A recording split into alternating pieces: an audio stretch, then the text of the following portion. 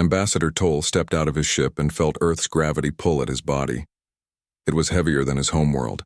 The bright sun made his 4 eyes blink rapidly. He adjusted his translator device and straightened his formal robes. This was an important day for the Galactic Federation. Toll was proud to be chosen as the first envoy to Earth. His people, the Vosik, were respected across the galaxy for their strong exoskeletons and natural armor. Most Federation species had some kind of physical advantage, extra limbs, natural weapons, or special senses. Humans had none of these things. Federation scientists had studied humans from afar for years. They classified humans as a soft species, physically weak, with no protective shell and many biological vulnerabilities. Toal expected to find a primitive civilization that somehow survived despite these limitations. A small group of humans waited on the landing pad. Toll noticed they stood straight and tall despite their soft bodies. One human stepped forward, a male with short black hair and calm eyes. "Ambassador Toll, welcome to Earth. I am Diplomat Park, your liaison during your stay with us." Toll clicked his mandibles in the traditional Vosik greeting. "The Federation extends its acknowledgement to your world." Park smiled and gestured toward a tall building nearby. "Please follow me. We have prepared rooms for you and your staff." As they walked, Toll studied the human city. He had expected simple structures, but the buildings around him reached impossibly high into the sky. Glass and steel formed elegant shapes that seemed to defy gravity. "Your architecture is unexpected," Toll said. "How do such structures withstand planetary forces without natural reinforcement?" Park looked pleased by the question. "Engineering and innovation, Ambassador. We adapt our environment to suit our needs." Inside the diplomatic building, more humans waited. They showed no fear of his alien appearance. This surprised Toll. Most species reacted with caution when first meeting the Vosik, whose sharp exoskeleton edges and clicking mandibles often seemed threatening. "These are representatives from different Earth nations," Park explained. "They are eager to establish relations with the Federation." Toll was about to respond when the floor suddenly shook beneath them. Small objects fell from tables. The lights flickered. Toll's instincts took over. He curled into a protective ball, his exoskeleton plates locking together for maximum safety. He expected to hear screams and panic from the soft-bodied humans. Instead, he heard calm voices and systematic movement. "Earthquake. Protocol activated," announced a pleasant voice from hidden speakers. "Please proceed to designated safety areas." When Toll uncurled himself, he saw Park calmly using a communication device. Other humans were guiding people toward specific doorways. "Are you well, Ambassador?" Park asked, showing concern. "Please follow me to the reinforced section of the building." Toll followed, his mind racing. "Does your planet attack you often?" Park made a sound Toll would later learn was laughter. "Earth is active, yes. Earthquakes, storms, volcanoes. Our planet has many moods. We've learned to live with them." In the safety area, Toll watched humans help each other. They checked on elderly humans first, then distributed water and information efficiently. Nobody panicked. Nobody fought. "I was informed humans would fear planetary disturbances," Toll said. "We respect them, certainly," Park replied. "But fear? No. We prepare for them instead." Later that evening, Park took Toll to a high point in the city to watch the sunset. The sky turned amazing colors as the sun disappeared below the horizon. "Your world has beauty," Toll admitted. "And dangers," Park added. "Like all worlds, but we adapt." Toll thought about this. The Federation reports classified humans as physically vulnerable, yet you build cities under active tectonic plates. You appear soft but show remarkable resilience. Park nodded. "Strength comes in many forms, Ambassador." That night, Toll sent his first revised report to the Federation. Human classification requires update. Initial observations suggest remarkable adaptation despite physical limitations. Their apparent weakness may be their greatest advantage. Recommend extended observation before final assessment. As he prepared for sleep in his specially designed quarters, Toll heard distant thunder. another Earth challenge approaching. Yet, the humans around him continued their tasks without concern. For the first time in his diplomatic career, Toll felt he had much to learn from a species the Federation had dismissed as weak. Perhaps there was more to strength than a hard shell after all. Ambassador Toll's second week on Earth began with confusion. His new guide, Diplomat Kim, had invited him to observe what humans called the Olympics, a global competition of physical abilities. These competitions will help you understand us better, Kim explained as they took seats in a large stadium. Thousands of humans filled the space, creating a buzz of excitement. Toll watched as human athletes entered the field. They looked similar to other humans he had met, though their bodies appeared more defined. "What is the purpose of this gathering?" Toll asked. Kim smiled. "To celebrate what the human body can achieve when pushed to its limits." The first event began. Humans lined up and then ran at a signal. They moved with surprising speed, their soft bodies working efficiently. "How far will they run?" Toll asked, his four eyes tracking the runners. "This is a marathon. They will run over 40 kilometers without stopping," Kim said. Toll's mandibles clicked rapidly in surprise. "Without stopping? But your species has no energy storage organs." "We have endurance instead," Kim replied. "Humans can't run as fast as many animals, but we can run longer than almost any creature on Earth." Throughout the day, Toll witnessed humans lifting weights much heavier than their bodies, swimming great distances underwater, and launching themselves into the air in ways that seemed to defy gravity. "I was told humans were physically limited," Toll said.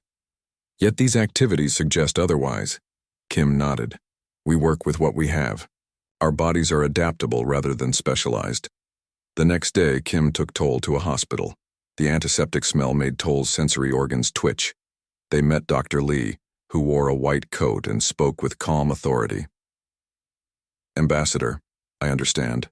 You're curious about human medical science," Dr. Lee said. "Yes," Toll replied. "The Federation has limited information about how soft-bodied species handle injuries." Dr. Lee showed Toll a series of images on a screen.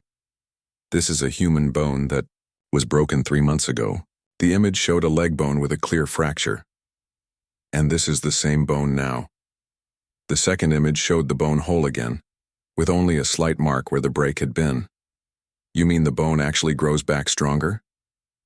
Toll's translator couldn't hide his astonishment. "Yes, and we can replace entire organs if needed." Dr. Lee demonstrated a prosthetic arm that moved with precision.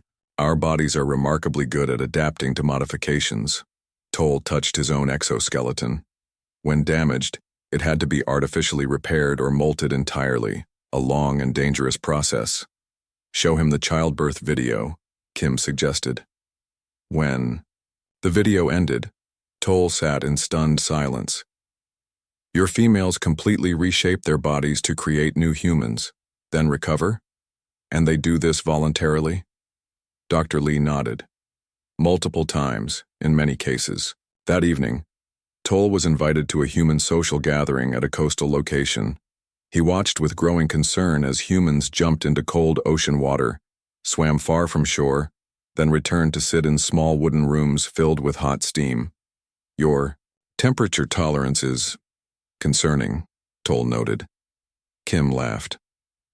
"We're full of surprises, Ambassador. Humans can adapt to live in Arctic ice or desert heat. Our bodies regulate temperature internally." Later, they watched human children playing. They fell, got up, sometimes cried, then continued playing. "Young humans seem remarkably resilient to injury," Toll observed. "Children heal quickly," Kim agreed. "They're designed to learn through trial and error." That night, Toll received information about human space exploration. He was shocked to learn humans had sent their fragile bodies into the vacuum of space, using only primitive protection. They had walked on their moon with technology that, by Federation standards, was barely functional. "Your species takes remarkable risks," Toll said to Kim as they watched the sunset. "We call it courage," Kim replied. "Sometimes our greatest achievements come from attempting what seems impossible." Toll sent another update to the Federation. Human physical capabilities exceed all previous assessments. Despite their soft bodies, they demonstrate extraordinary recovery abilities, environmental adaptation, and endurance. Their lack of specialized biological features appears to enhance rather than limit their development. Recommend immediate reclassification from soft species to adaptable species in Federation records. As he finished his report, Toll watched a human child fall off a play structure, cry briefly, then get up and try again. Such resilience would be unthinkable among Vosic children, who were protected until their exoskeletons fully hardened. Perhaps, Toll thought, there was wisdom in being soft enough to bounce rather than break. The Federation had much to learn from these surprising humans. The diplomatic compound buzzed with activity on the third week of Ambassador Toll's Earth visit. Representatives from 12 Federation species had arrived to meet with human leaders. The large meeting hall sparkled with decorations reflecting both Earth and Federation cultures. Toll stood near a window, watching humans and aliens interact. His views on humans had changed dramatically since his arrival.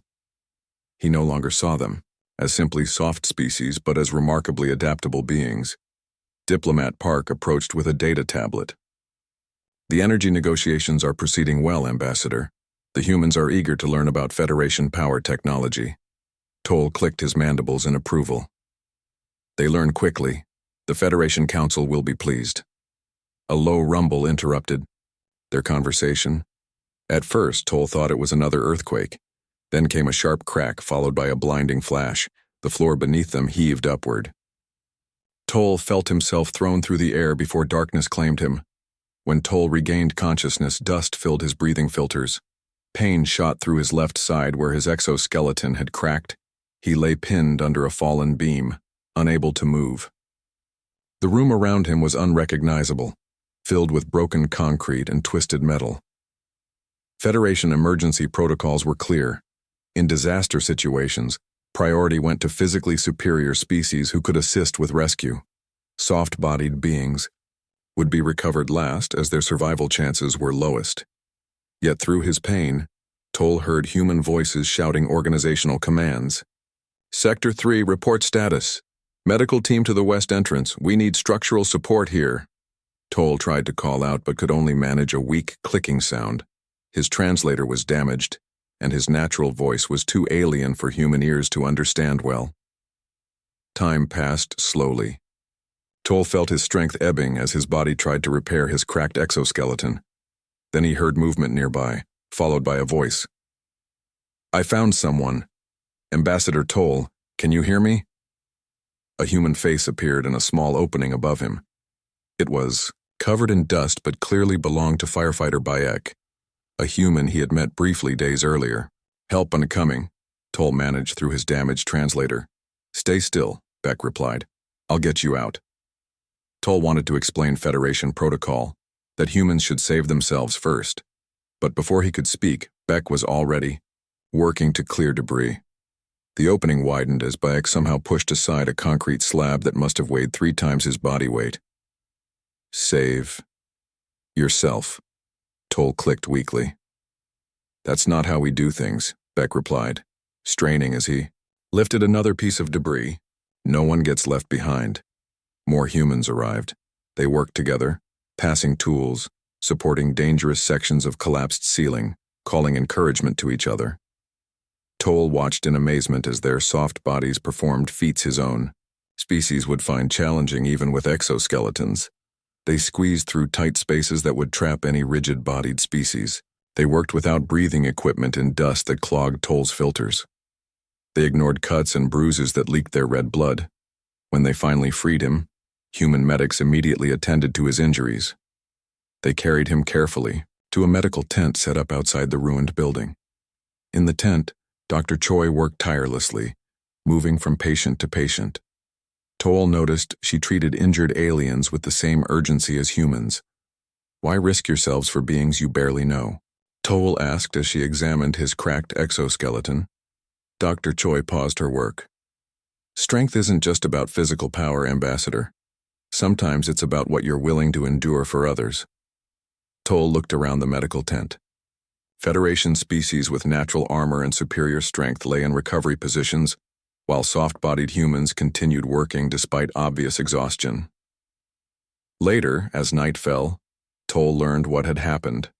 A power coupling in the building's basement had failed catastrophically. The explosion had collapsed 3 floors of the diplomatic compound. How many lost? Toll asked Park, who sat beside his recovery bed. None, Park replied, his face showing fatigue but satisfaction.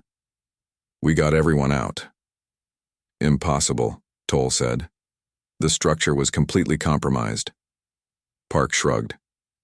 We're good at impossible things. That night, using a borrowed communication device, TOL sent an emergency update to the Federation Council.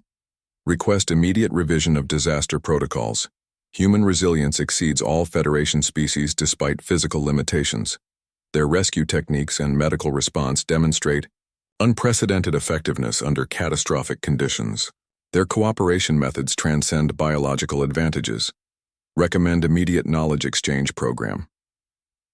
As he finished his report, Toll watched a human medical worker who had been working for 20 hours straight finally take a brief rest, only to return to duty after just 30 minutes. Federation definitions of strength needed serious reconsideration.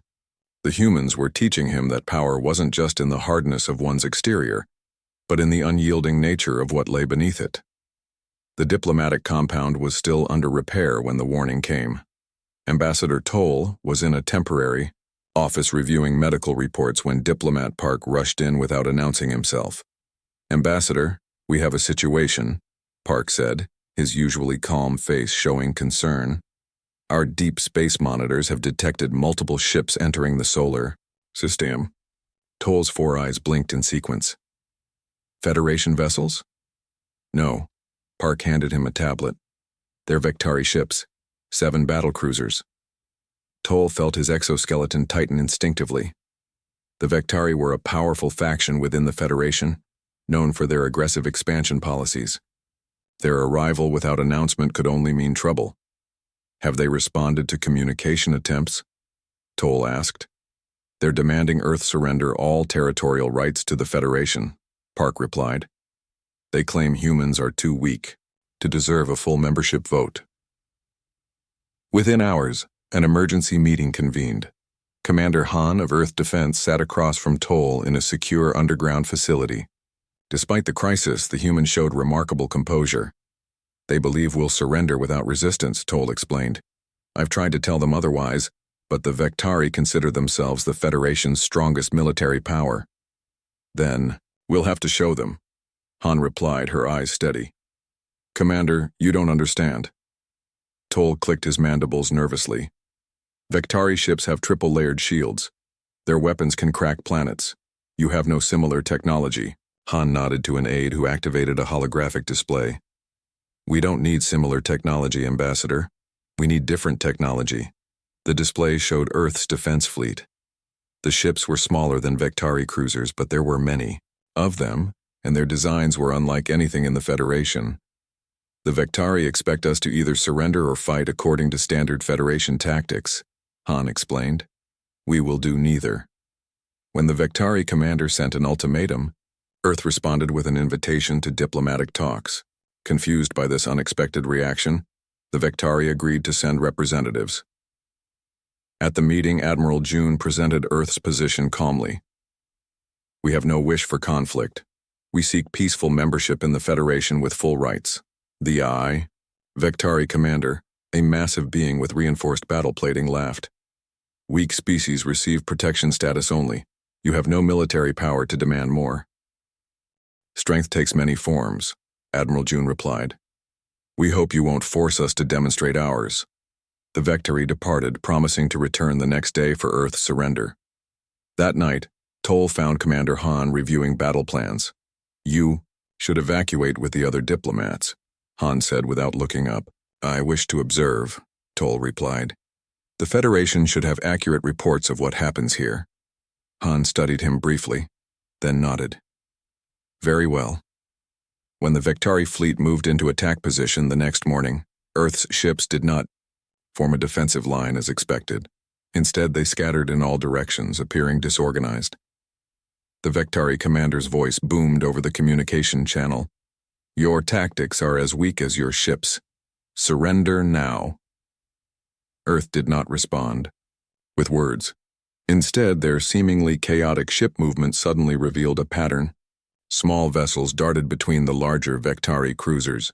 Before the Vectari could adjust their shield configurations, Earth ships launched targeted attacks at specific points. What followed astonished even Toll. Human ships, technically inferior, used tactics no Federation species had conceived. They exploited weaknesses in Vectari shield patterns that Federation engineers had never considered. They used Earth's moon for gravitational assists that allowed impossible maneuvers. When Vectari soldiers boarded one Earth vessel, expecting to find terrified soft-bodied creatures, they instead encountered humans fighting in conditions that should have incapacitated them. The humans had deliberately vented oxygen from sections of their own ship, an environment that slowed the Vectari, but which human soldiers had trained to function in using specialized equipment. They're using their weakness as strength, Toll realized watching tactical displays. The very environmental hazards that threatened them, they're using as weapons. After 6 hours of battle, the Vectari retreated to regroup. Their commander requested emergency talks. At the new meeting, the Vectari commander's tone had changed. How did your ships penetrate our shields? It should be impossible. Admiral June's expression remained calm. We don't think in terms of possible and impossible. We find ways to adapt. After 2 more days of negotiations, the Vectari agreed to support Earth's full membership in the Federation. As they departed, Admiral June addressed the Federation Council members who had observed the conflict. We don't want war, but we will not be dismissed as weak simply because our strength manifests differently than yours. Toll stood beside her, finally understanding what he had witnessed. Humans had turned the Vectari assessment of weakness into an unexpected advantage. They had studied their opponent and adapted accordingly, something his own people, secure, in their natural armor, rarely needed to do. Perhaps, Toll thought, adaptation was the greatest strength of all. The Grand Council chamber of the Galactic Federation buzzed with activity. Representatives from 200 species had gathered for this special session. Ambassador Toll stood at the speaking platform, his exoskeleton polished to a formal shine. After 3 months on Earth, he had returned to present his findings. Honored council members, Toll began, his translator converting his clicks and whistles into the standard Federation language. I come before you to propose a fundamental change to our species classification system. On the large display behind him appeared the current Federation classification chart. Species were categorized primarily by physical characteristics, natural weapons, defensive features, sensory capabilities, and reproductive efficiency. For generations, we have sorted the galaxy's life forms by their physical traits, Toll continued. Humans were classified as a soft species, physically weak, with no protective shell and many biological vulnerabilities. Images of humans appeared on the screen, their skin cutting easily, their bones breaking under pressure, their bodies requiring constant temperature regulation. Based on these observations alone, humans would indeed qualify as a limited species, Toll acknowledged. However, my time on Earth has revealed the profound inadequacy of our classification approach. Counselor Min, head of the Science Division, leaned forward. What do you propose, Ambassador? A new classification, adaptive resilient. Their soft bodies aren't a weakness. They're the source of their adaptability. Toll showed new images, humans living in environments from Arctic ice to desert heat, human medical procedures that would be impossible with rigid body structures, human children learning through physical trial and error. Humans can repair broken bones to become stronger at the breakpoint. They can replace damaged organs. Their bodies constantly regenerate cells. Their minds can overcome physical limitations through innovation. The council chamber grew quiet as Toll shared footage from the diplomatic compound disaster and the Vectari confrontation. Their physical vulnerability has driven humans to develop remarkable adaptation skills, Toll explained. Without natural armor, they built artificial structures stronger than any exoskeleton. Without natural weapons, they created tools that extend their capabilities. Without specialized biological features, they developed the ability to thrive in almost any environment. Counselor Dax of the military division growled. Yet they remain physically weaker than many Federation species. Physical strength is just one form of power, Toll responded. Humans demonstrate psychological resilience that many stronger species lack. They recover from setbacks quickly. They adapt to new threats rather than relying on evolved defenses. He displayed a final image, a human child falling while learning to walk, crying briefly, then standing to try again. Perhaps most remarkably, humans embrace their vulnerability. They use it to connect with others, to build communities, to drive innovation. Their soft bodies require cooperation for survival, creating social bonds stronger than any biological imperative. The council chambers remained silent for several moments after Toll finished speaking. Then Counselor Min stood. Ambassador Toll's observations align with emerging research across multiple worlds. I support the creation of this new classification and recommend immediate knowledge exchange programs with Earth. 1 year later, Toll returned to Earth as the permanent Federation ambassador. The planet had changed in his absence. Federation scientists now studied under human doctors. Federation architects consulted with human engineers about flexible structure designs. Human diplomatic approaches were being taught in Federation academies. On a warm spring day, Toll sat in a garden with Diplomat Park. They had become friends. During Toll's first visit, and Park had requested to continue working with the Federation. The exchange programs are exceeding expectations, Park said, pouring tea for both of them. Toll's cup was specially designed for his mandibles. Our medical techniques are helping species who previously couldn't recover from certain injuries. Your species continues to surprise me, Toll admitted. Last week, humans on the Federation science vessel Horizon volunteered to manually repair hull damage during flight. They used their small size and flexible bodies to reach places no other species could access. Park smiled. Perhaps that's our greatest strength. Not how hard we are, but how well we bend without breaking. A small human child approached their table, staring curiously at Toll's exoskeleton. Instead of frightening the child away, Park invited her closer. This is Ambassador Toll, Park explained gently. His shell protects him. The child looked at her own soft arm, then at Toll's hardened limb. But how does he grow? Toll and Park exchanged glances. The child had, without training or prejudice, identified the fundamental trade-off between protection and adaptation. Later that day, Toll added to his personal log. The Federation has much to learn from humans. Their greatest contribution may not be technology or resources, but a new understanding of strength itself. Their message is simple but profound. True resilience comes not from resisting change, but from embracing it.